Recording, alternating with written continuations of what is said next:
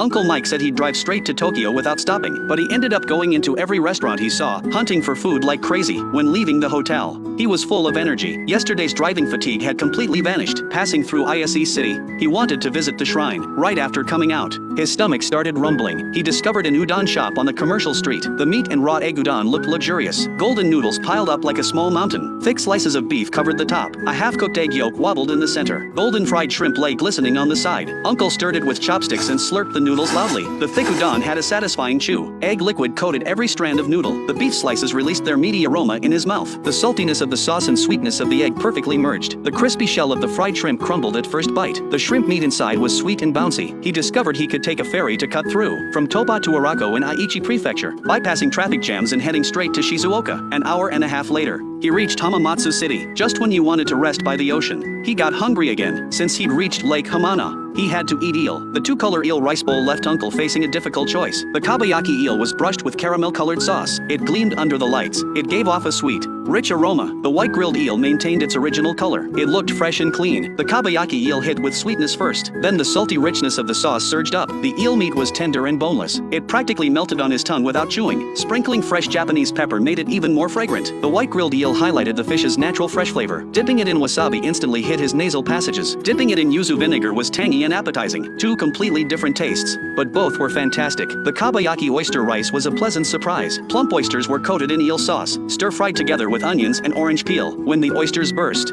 juices splashed everywhere. The ocean's sweetness mixed with the sauce's richness, creating an unprecedented taste experience. Finally, he poured in kelp clear soup to make akazuke. The rice grains absorbed the broth and became plump. Every bite was a warm embrace. Uncle tasted the complimentary strawberries for dessert. The bright red fruit was bursting with juice. The sweet and sour taste cleansed the oiliness from his mouth. The 3-day journey from Kyoto to Tokyo, Uncle experienced the scenery of the ancient Takedo route. He and the Mini went from strangers to familiar, from resistance to acceptance. He bought roasted sweet potatoes as roadside snacks. The campfire roasted sweet potatoes had charred black skin. When broken open, the bright yellow flesh steamed with heat. One bite was so hot it made his tongue tremble, but the sweet taste was impossible to stop eating. The car overheated and broke down midway.